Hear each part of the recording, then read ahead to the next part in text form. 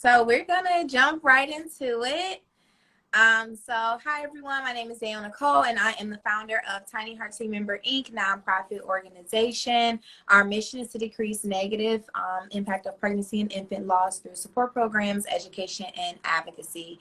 One of our programs that we offer to the community is our Tiny Heart Share program, and this allows us the opportunity to have women on our platform who were affected by pregnancy loss or infant loss, and even those who support the cause to come on the platform and just share their stories and share their point of views. So today we have a special guest, Sherrie Dunlevy, and let me know if I pronounced your name incorrectly. You said she is it right.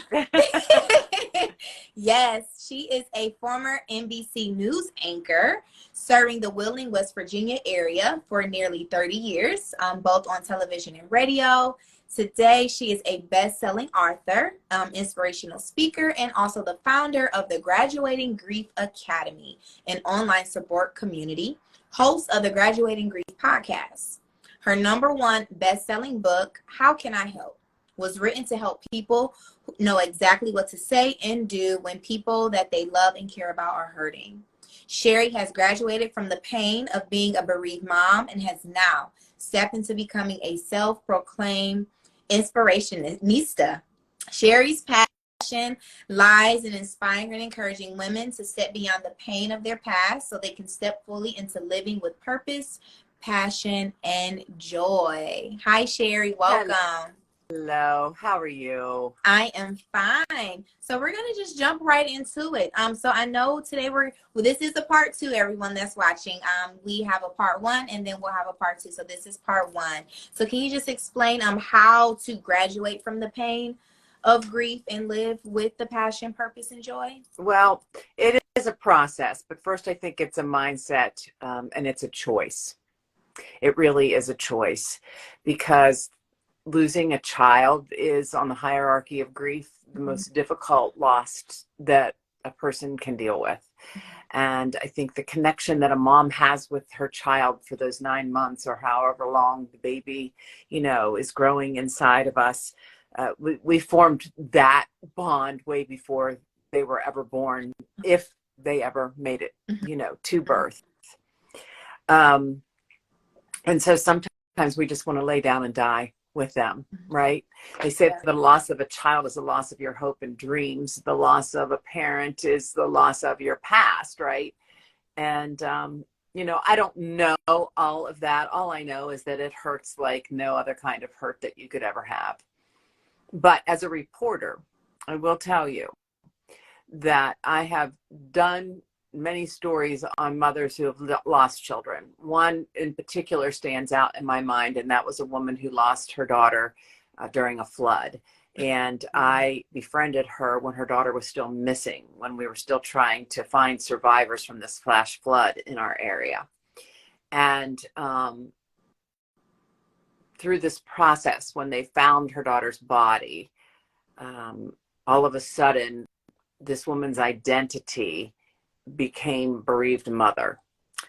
And what I mean by that is we can claim that label and live that label for the rest of our lives, and it can destroy our lives. And I watched it destroy her life, because she stopped living the day they pulled her daughter's body out of the river, and understandably so. But we have to make a choice. The moment that our child dies, we have to decide, are we going to go on living? Or are we just going to lay down and die? I always tell people, if you lay, you decay. So at some point, you can always make a decision. You can always make a decision to change. But 6 years after this woman's death of her son, I did a story about a woman whose body was found, who died by suicide. And it was this woman, and she took her life where they pulled her daughter's body out of the river. Now, I tell you this story because when my son died, Janet was her name, came to my mind immediately. And the first thought was, I cannot be Janet. I do not want to be Janet. And so that's where the choice came in. That's where the choice to live came in. And so we have this opportunity as someone who knows our child, who carried our child, whose child was probably, many of us think robbed of the rest of their life. And I have also changed my philosophy about that as well.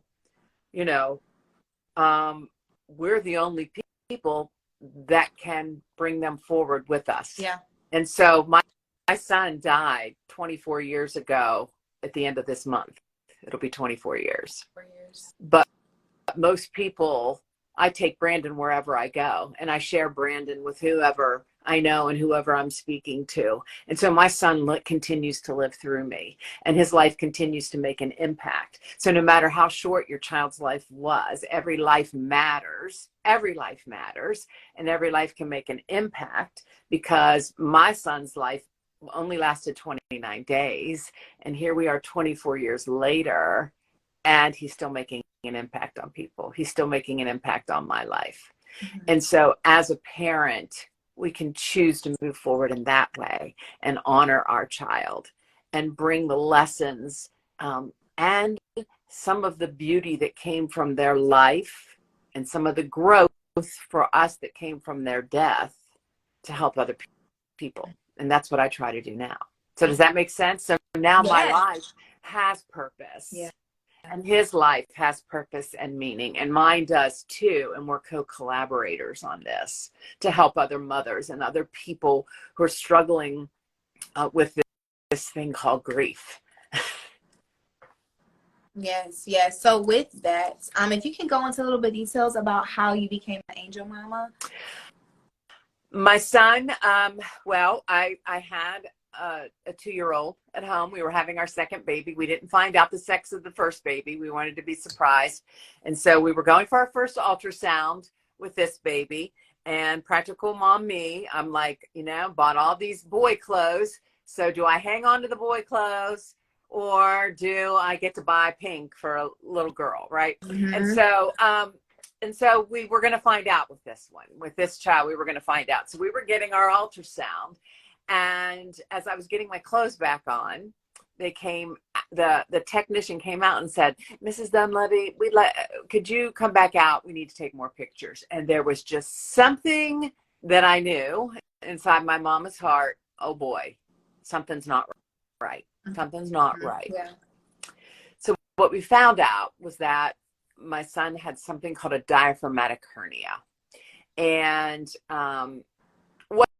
what that is basically is when the baby is forming inside the mother, the cells, they multiply, and then they just start building this little human. And one of the things that they do is, one of the first things that happens is that the diaphragm is formed across the abdominal cavity to separate the abdomen from the chest.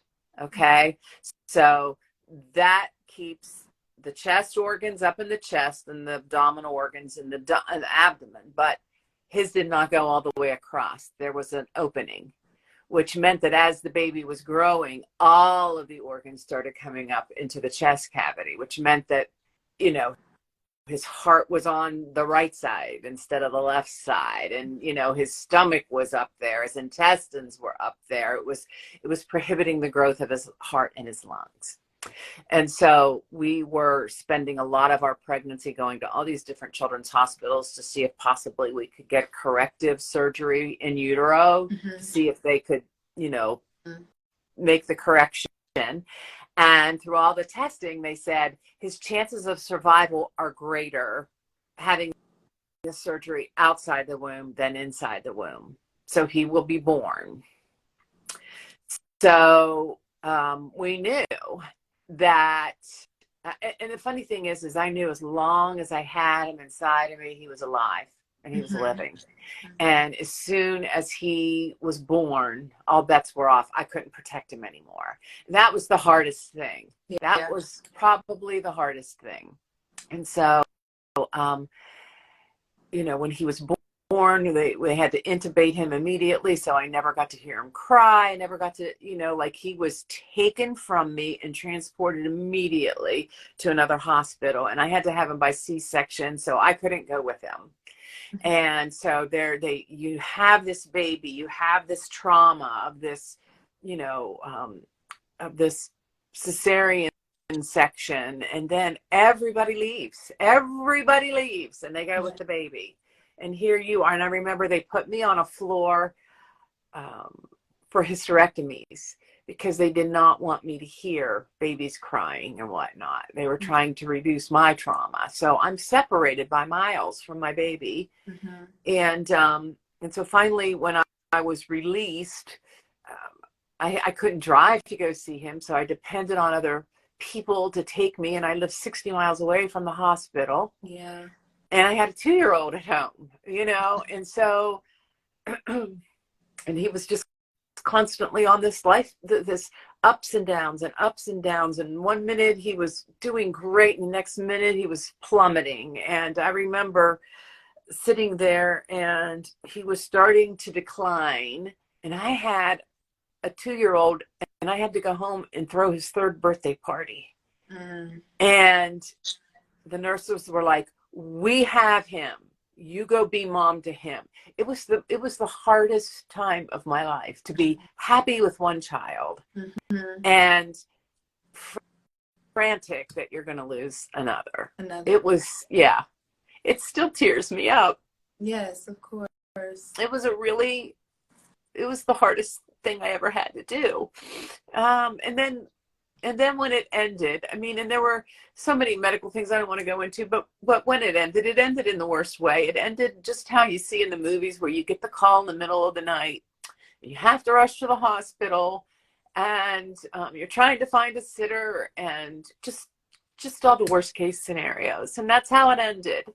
And the whole time when Brandon was alive, because of his situation and because of the seriousness of his condition, his senses had to be dulled. So he had covers on his eyes, he had cotton in his ears, clothing was not allowed to touch him, I was not allowed to stroke his skin, I could only touch him like this, because any sensory stimulation could send his body in shock and could kill him. So really, the first time I got to hold my son was when he was dying.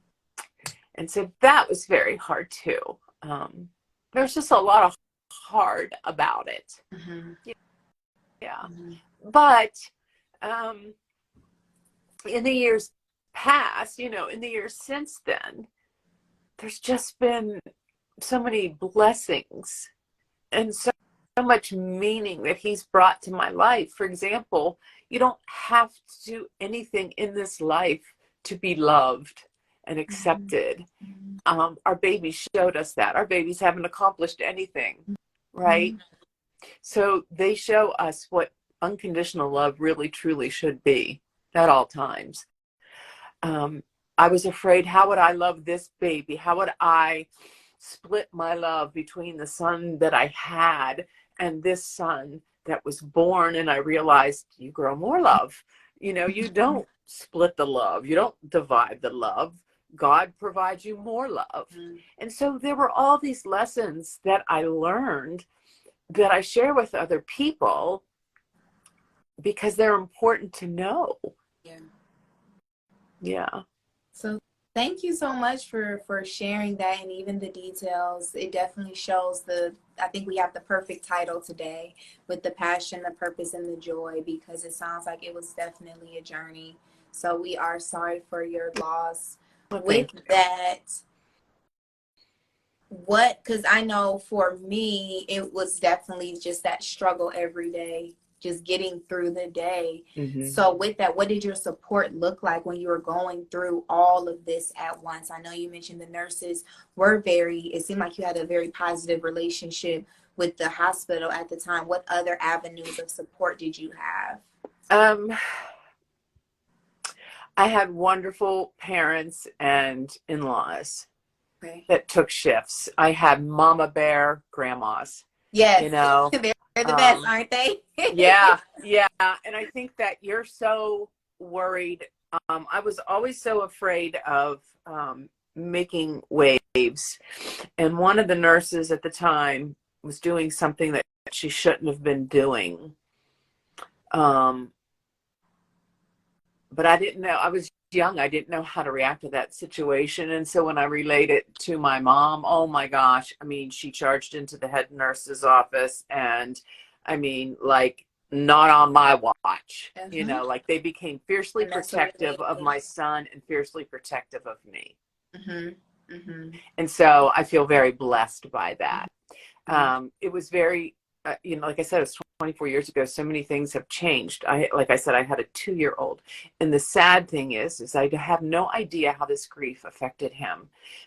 He saw his mom pregnant, and then the baby was born, and they did not allow anyone under the age of 12 in the NICU. So he never, ever, ever got to meet his brother. And we thought it might be too traumatizing if we took him to the funeral home, right? So how do you explain to a 2-year-old that he's barely understanding what a new baby is, and then that new baby doesn't come, and then he sees a dead baby. Like, we just didn't know what to do or how to handle that. And I still have no idea how that has affected my son, who will be 27 next week.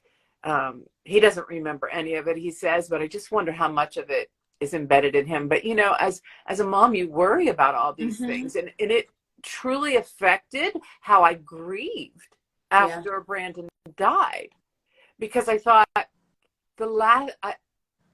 you know, like I needed to cry, I needed to get it out, but I also had a 3-year-old watching me. And the last thing I wanted him is to remember his first earliest memories of his mom always being sad for a baby she lost when she had a baby in front of her, right? And so I didn't cry a lot in front of him. I watched how I grieved in front of him because I didn't want to traumatize him.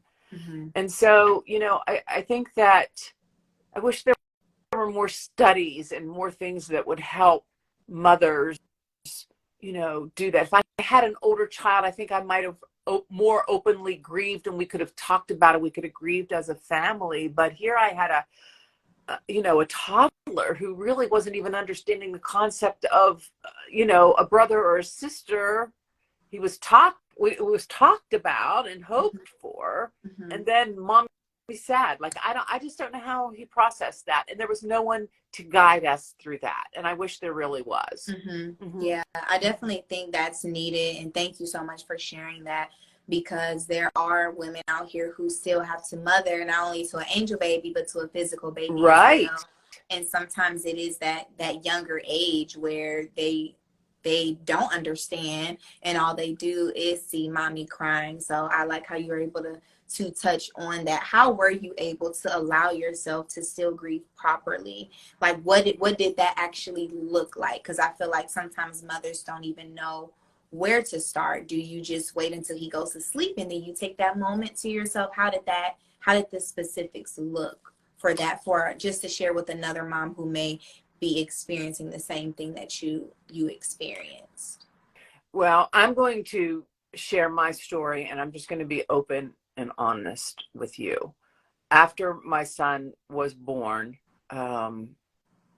during the time that he was hospitalized, my doctor thought it might be best if I were put on an antidepressant to help me manage my anxiety. I understand why she did that. Okay. But here's what I will say about that. It did not allow me to properly grieve. Yeah. I felt the grief was stuck. The grief was stuck. It couldn't come up and it couldn't come out because that pill stops you, right? Like, it keeps you at an even tone. So when I was able to cry, it was in the shower. It was during nap time. It was in the car driving. It was that kind of stuff, but I always felt it's stuck. It's there. I can feel it. Yeah. It needed to be purged, and I couldn't get to it. 13 years. 13 years I lived like that. And I finally decided to come off the antidepressants when my son was a senior in high school. And I realized I was losing my son to college, you know, and grieving that loss, losing another son in a whole different way. Yeah. And grief came flooding into my life. And that's when I hired a grief coach. And that's when I was finally able to get it up and get it out and process it and bring it into the light and deal with it and graduate from it. Mm-hmm. Yes. So I just want to be honest with that. I would say that I was for 13 years, I existed and survived my grief. Mm-hmm. Since working with a grief coach, I have been able to fully return to living and thriving. Mm-hmm. Yes, yes. No, thank you so much for sharing that, because it is that feeling sometimes being put on that medicine. It doesn't help. it doesn't help at all, and sometimes it may not allow for you to process your grief how you should, because grief looks differently for everybody else. So thank you so much for sharing that piece. Right. I'm not going to say it's the right or the wrong decision. I'm going to say that I don't think I should have been on it that long. Mm-hmm. Nowhere near that long. But we've come a long way. You know, it's been 24 years since I've lost Brandon, right? And so we've come a long way in mental health. We've come a long way in grief. We've come a long way in a lot of ways since that time. And when you know better, you do better. And I think that is why I'm so committed to doing what I'm doing, to help people realize that you can choose this. You have to decide, but you have to come to it. Honestly, I feel you have to come to it with your whole self intact. Mm-hmm. You know, I think that it numbed it somewhat. And that's why a lot of people in grief, they turn to drugs, they turn to food, they turn to alcohol, they turn to workaholism. They check out, in numb out, in all these different ways. And it's not until we truly come face to face with it, mm-hmm. clear-headed, mm-hmm. Unobstructed, mm-hmm. and saying, I'm going to deal with you once and for all, that you can. Mm-hmm. I like that. I definitely like that. You mentioned that you made the decision to see a grief coach. Would you be able to explain a little bit about that, maybe for others who don't know what a grief coach is, or maybe they're thinking about it? Well, I tried, you know, I tried the support group it was called Share, and it's for stillbirth, infant death, and I'm sure a lot of your viewers and followers are familiar with Share. Wonderful, wonderful, wonderful organization. Yes, very. That helped us through the first year. I did Bible study. I went to counseling, and still did not graduate from my grief. And so this is why I think we need to be very careful, and especially now with online. And I'll go through all of that. So mm-hmm. Share was wonderful. Okay. And I know that telling your story, it helps you process your grief. It is necessary for healing. But there comes a point where telling your story can also make you attached to that story, and it becomes your story. Remember what I was telling you about Janet, bereaved mom. That's not how I identify myself. I'm a mom who lost a child named Brandon. But I am so many other things. I am not a bereaved mom. I do not live in a state of bereavement. Waves of grief still come over me, as you just saw in this interview, but they're waves of grief. I'm healed from my grief. Okay. But I think that we have this choice in our life that we can move through it or not. And I just lost my train of thought. I apologize. No, take your time.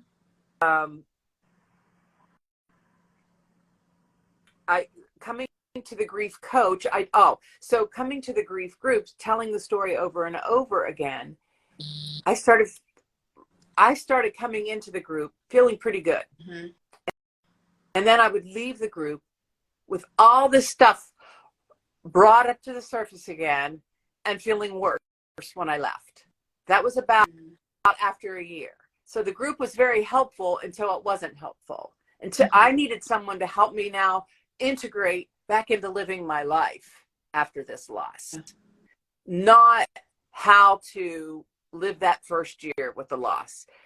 When you first lose a child, the best thing you can ever do is find other people who are in this community with you, because now all of a sudden you find, someone that understands what you're going through, right? It's like it's the club that you never want to join, but thank God there are other members to help you through. Okay. But there's a through.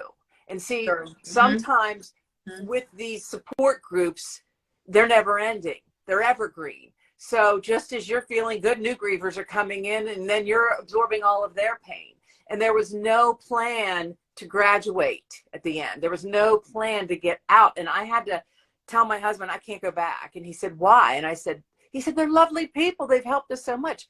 Yes, but I feel worse now going there than feeling better.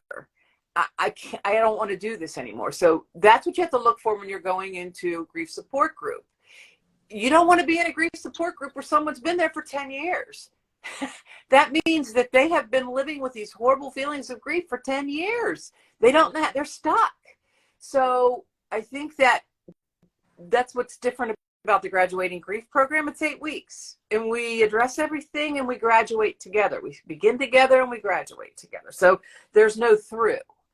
Okay, so then there's the counseling. Well, what I realized is there are so many trained counselors, doctors that have absolutely no training in grief. None. And so they're trying to treat your grief as, I don't want to say a mental illness, but the tools that they're used to treating, everything else, it's not the same. And so you're wondering, why am I not feeling much better? Yes, it helps to tell your story, but you can only tell it so many times, right? So I was finding the problem with that. And then in the Bible study, it was very hard sometimes, because it all makes sense. Yes, I'm a Christian. Yes, I want my child in the arms of Jesus, but not right now. I want him in my arms. And you're afraid to admit that. You know what I mean? Like, yes, everybody's ultimate goal is heaven. Yes, your baby is an angel. Yes, yes, that's the best place. And one of the most comforting pictures I have is Jesus embracing an infant and thinking, God, that's Jesus with my baby. Yeah. But I wanted him for a while, right? And so sometimes I don't think you're open and honest, because you feel like that's questioning your faith. And so there's not really a lot of safe space for these kinds of conversations. And so they just kind of rattled around up there. And what had happened was I had hired a business coach. I had started a small business, anti-aging business, after my son was going to college. And I hired a business coach. And he had suggested, well, I'm just going to be open and honest. He asked me if I knew what a clairaudient was, and I did not know what a clairaudient was. And he said, do you know what a clairvoyant is? And I said, well, kind of. He says, well, clairvoyant sees things, a clairaudient hears things. And every time I'm meeting with you, Sherrie, I'm hearing something. So with your permission, I would like to just share that message with you. You do with it what you want, but the only way it'll leave me alone is if I deliver it to you. And I'm like, okay, this is really weird, but okay. And he said, the message is, if you don't handle your grief, you're not going to be able to move forward in any other aspect of your life. And I kind of freaked out. I'm like, how did you know? I never told him anything, right? How did you know? Who did you talk to? And he said, I don't know. It's just what I hear. And I'm just the messenger. He said, but I do have a friend who's a grief coach, and I think she might be able to help you. And within 8 weeks, I got my life back. 8 weeks. Okay. After suffering for 13 years. And so now that's what I do for others. what you do for others. Yes. Mm-hmm. No, thank you for sharing that. I definitely think today you're able to add that other perspective. Like, I like how you're saying, I just want to be honest. I just want to be honest, because sometimes people tend to tread a little bit lightly just to not offend others. But I definitely think with what you shared with us today, we needed to hear. We needed to hear that it's okay to get through your grief. And that doesn't mean that you forget about your baby. That doesn't mean No. you pretend Oh, that it never happened. You're getting through it because you don't want to be stuck. You don't want to be stuck in that place. You do want to be able to find other ways to memorialize your baby and to move forward and to find that happiness and that peace that we all need in order to continue. right. I thank you for bringing that up, because one of the biggest lessons that I learned from this, and I want moms to listen to this, okay? Your son, your daughter's life mattered, okay? And they did not have to do anything. Their life can make an impact, has made an impact on your life and countless other lives of the people around you, right? And so that in itself, Brandon's life, he lived 29 days. If he could make an impact in 29 days, I was 37 at the time that he died, soon to be 38. And I just feel like God said, Brandon, you did what you came here to do, and you did it in 29 days. Job well done. Come on home. Okay? And if he did and made an impact, never leaving the hospital, never meeting most of the people whose lives he's impacted, they've never even seen him. You know, I always thought about my life. You think about where you're going to go to school, what you're going to major in, what kind of job you're going to have, who you're going to partner with, how many kids you're going to have, what kind of house you're going to live in. But do you ever think about how you're living your life to make an impact? What kind of impact are you going to leave? Because we are impacting lives positively or negatively. Even the woman Janet, she impacted my life, right? Yeah. Let me know what I didn't want for my life, right? And so you can be that kind of impact, or you can take what you've learned, take your child with you, carry it with you, and live a life of meaning, passion, purpose, and impact, and change the way you're living your life. Take it a little more seriously, be kinder to people, to be more understanding of people, to help people when they're down, to offer hope and healing. And we can't do any of that if we stay in the grips and the prison of pain and grief. We can't make our impact when we are in prison of pain. We cannot make our impact. And I didn't want to get to the end of my life, and I didn't want God to say, well, Sherrie, what did you do with your life after Brandon died? Well, you took my son. How dare you? What do you think I did? I crawled up in a hole, and I was mad and angry at you the rest of my life because you didn't give me what I wanted. Right. And then God's going to say, wow, really? Yeah. I gave you all these years, and that's what you did with it? I didn't want to have to answer to that. Right. I wanted God to say, wow, I'm really proud of what you did. You helped shine that light on hope and healing. I like that. I like that for sure. I definitely agree, because sometimes we do tend to just be angry and get stuck, or why me? We're not saying, me and you are not having the conversation saying don't feel like that. It's us saying don't stay in that. Right. Stay in that. Get through that. Use that as a way to push through the rest of your journey, because your journey isn't over. We're gonna grieve forever. We're gonna grieve forever. Everyone's gonna grieve differently. It's gonna look differently. We're gonna feel differently. All of that. But we're not gonna stay stuck. We're not gonna allow it to have that negative impact on us. We're gonna turn that into a positive by learning those positive ways to grieve and heal. So right. Honor your feelings. Always honor your feelings, right? Always. Let them flow through. Feelings don't last with you forever. You're never happy all the time. You're never sad all the time. So feel those feelings, experience them. But you brought up a good point. Why? Why me? Why my son? Why this? Why that? Why, why you're let me ask you, if God said, I'm going to sit you down, Sherrie, and I'm going to tell you why. Do you think the answer is ever going to be good enough? No. No, it's Never. never going to be good enough. So a better question to ask God. What now, God? What now? What now? Why is a circular question you're never going to get an answer and you're never going to get out of it. It's going to keep you stuck. What now puts you on the road to journey through?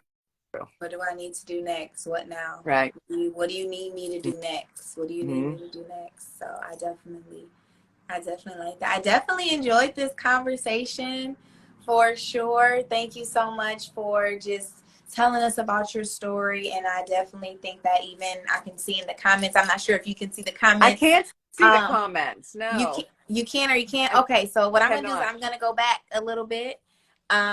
People were just joining in and saying hi from the UK. People were waving in and joining in. Someone said, you are a radiant human being, Sherrie, such an inspiration. That was Robin Gargano. Sorry if I pronounced it wrong for. Everyone was still joining in. Someone said, amen, God bless. Emojis, great advice. Yes, I agree with everything that everyone is putting in the comments.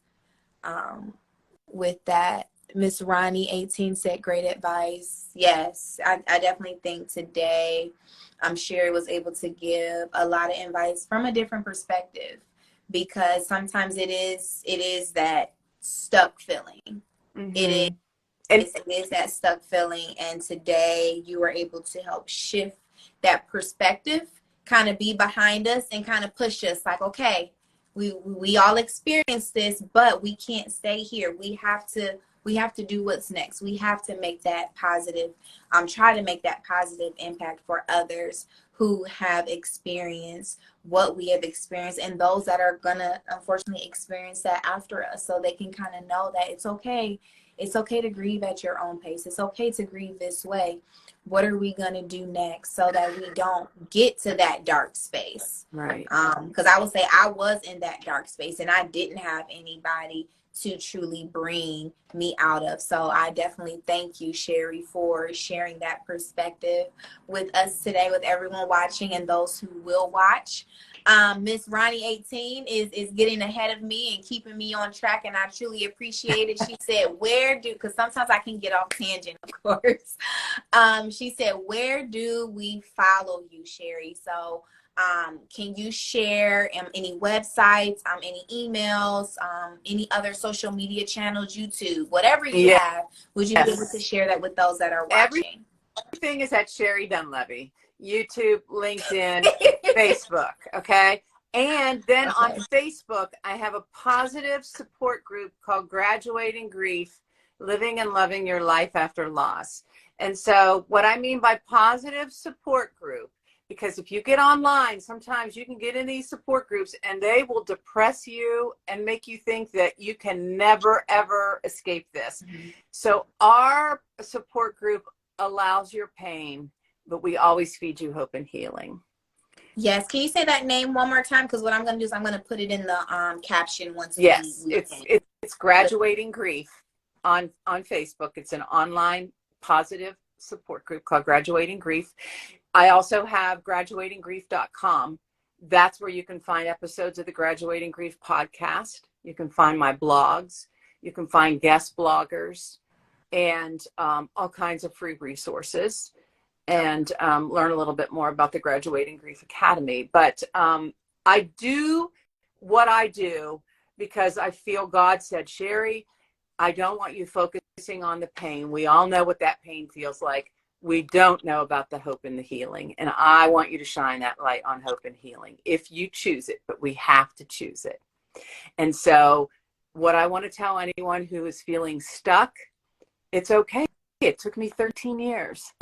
It's never too late, and it's never too early.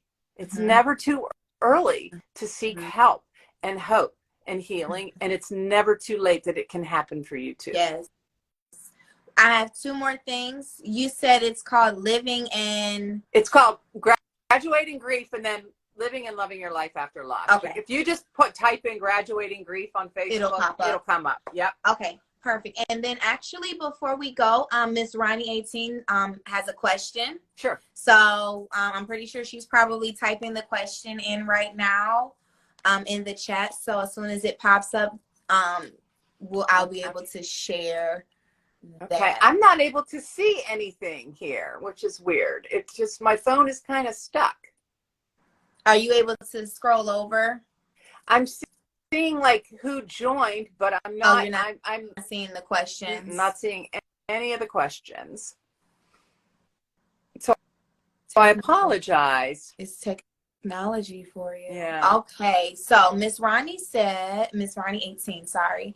She said, I was 19 when I lost my 15-month-old. I'm so sorry. But now I have 4 boys. I used to say 5, but I say 4. And I feel so bad for not including him. Is that bad? I think you have to do what's easiest for you. And sometimes it's, you're in a conversation with someone and you just don't want to bring it, you don't want to hear someone say, I'm so sorry. It's just easier to go, yeah, I have 4 right now. I always try to include him though. I do.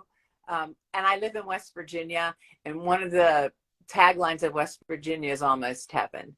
So I always say I have one son that lives in almost heaven and one lives in heaven.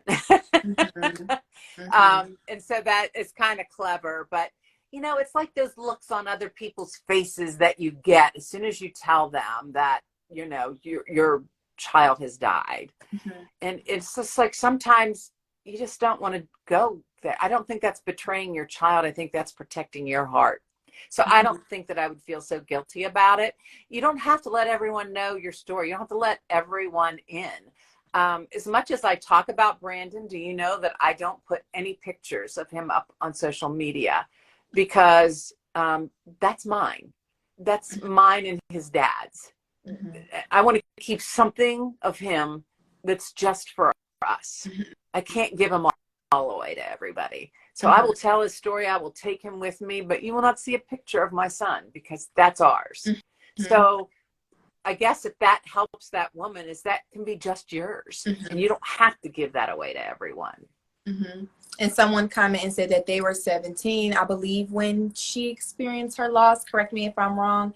And then Miss Ronnie 18 said, yep, exactly. Oh, I like that. I don't want to hear sorry for your loss all the time. And Miss Ronnie, I definitely agree with you. Because I was the same way. I just get to the point, especially in the beginning, where I did not, it's not that I didn't want to share about my child. It was more of, I did not feel like dealing with everybody else's response to it. Or if I was, it's sad. So yes, and when it is fresh, whether it's, just recent or years ago, but at one point in time, it's like I was crying at the drop of a hat. So it's like, okay, well, let me just say this answer and then kind of keep going on or keep doing what I was doing before they asked me. And it's very hard to gather yourself back again, because it's like, okay, now even though we are thinking about it 24/7, it's like, okay, now you just kind of put the salt on the wound a little bit more, asking me about it. Now I have to decide what I want to do or what I want to say. So it's really what you want to do in that moment. Like Sherrie just shared. Yes, she's on here telling her story, but she will not share her child on social media. And that's the way that she is choosing to navigate through her journey. So whatever works for you, works for you. And what worked yesterday, you may wake up tomorrow and say, you know what, I do want to do this. It's no right or wrong way to grieve. There's no right or wrong way. We're here so that people can know that they are not alone during their loss. And if you want to share about your baby, definitely share about your baby. But if you don't feel bad. Yeah. Don't feel bad about it either. And she said, right. He would have been 25. Yep, good advice from both of you. And then someone said they can't tell their parents. I can't tell parents. You can't tell your parents.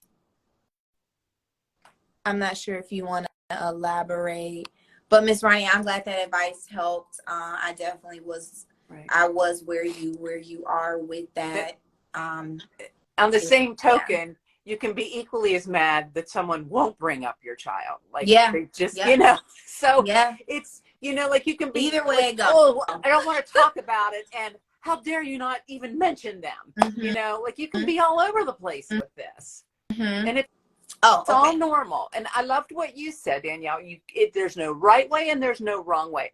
I always say, as long as you are not causing harm to anyone, yourself or others, then you do it the way you need to do it. Yes. You do it the way you need to do it. Yes, I definitely agree. Because sometimes I say, I have my 2 guy kids and my angel baby. Sometimes when people ask, I have my 2 guy kids. So it kind of depends on how I'm feeling sometimes. Right. Because it's like, okay, I don't want to process all of that right now. And she said, thank you. Okay. And the other person said, yes, she can't tell her parents. They don't care about her pain. And this was due to your loss at 17? Because she said she was 17 years old. So how old is she now? They just kind of want to forget that chapter. Is that what she's inferring? That they just don't even want to go there with her? They don't want to acknowledge that she suffered that pain? We're gonna see. I'm sure she's typing that part in. I'm so very sorry. Yes, definitely. It's hard. That's definitely hard when that's very hard. Family. And the thing is that, and this is all easier said than done, of course. She said, but she's 22. Okay, you need to take the steps that you need to take to deal with this. You don't know. You don't know how your parents are feeling. You're assuming, right? You're assuming. My mom, for the longest time, didn't know how to talk to me about it. It's one of the things that she feels most guilty about. But I don't want her to feel guilty about it because she was grieving too. And you have to remember that they're grieving too. You're the primary griever because you're the mama, right? But they're grieving too. And not everyone grieves the same way. And so some people, it's just easier to not mention it at all and just act like it never happened and go on with life, right? And so they just feel that that's how you should deal with it. And so that's why grief is so complicated. And that's why I say that everyone is responsible for their own grief. So my advice to her is we can't really put the concentration on your parents right now. You need to take care of you and your grief. Let them sort that out. Let them sort that out. And she said they're mad at the boy. Well, that's okay. And they want to place blame somewhere, right? They want to place blame somewhere. And that's part of the grieving process too.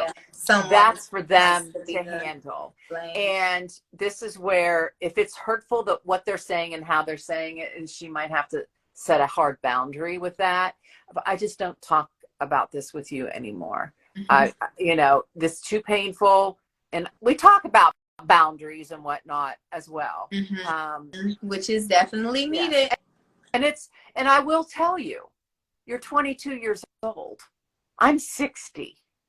Okay. So it's a lot easier for me with a lot more life under my belt, than it is for you at 22, trying to discover your own way, grieve, and separate from your parents, trying to be that good, obedient child, honor your mother and father, right? And set that boundary. So there's a whole lot. My advice to you, find a grief coach, work with a grief coach, and take care of your grief so that you're strong enough then to deal with all this other stuff. And maybe suggest that they find a grief coach too. Yes.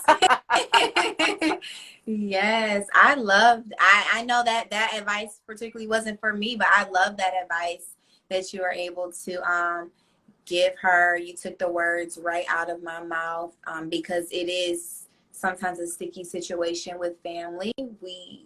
Someone has to find that person to blame in anything.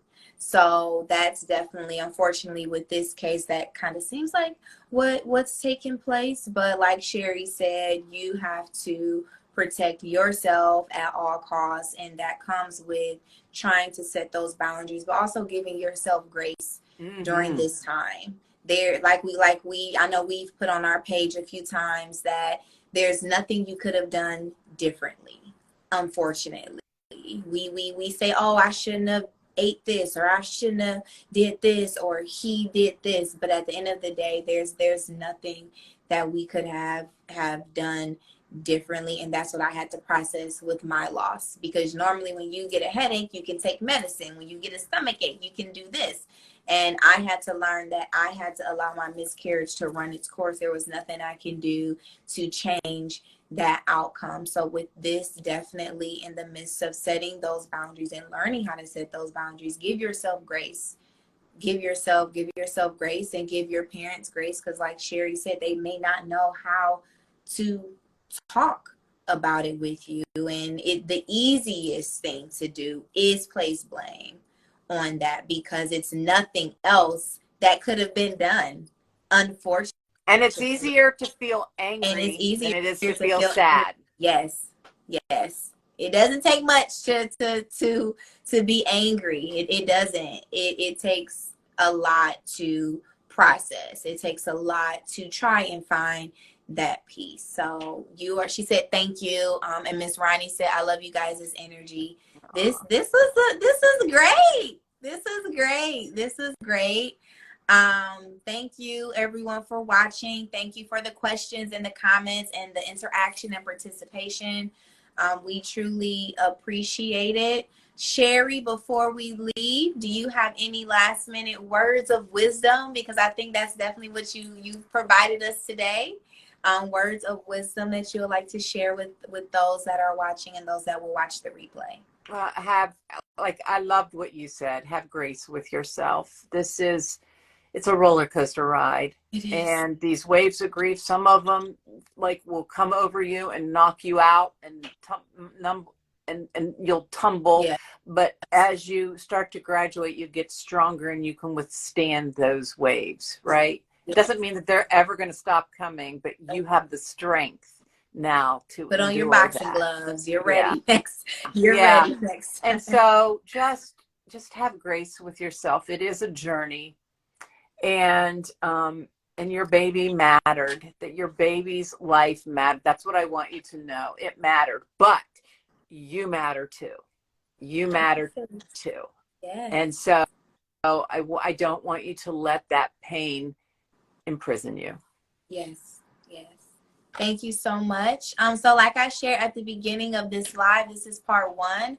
We will be back for a part 2. So make sure you follow Tiny Hearts as well as Sherrie's page for that updated time, date, and flyer, because Sherrie will be coming back on our platform, Tiny Hearts, and she will actually be sharing about how to keep your child's memory alive along with her best-selling book.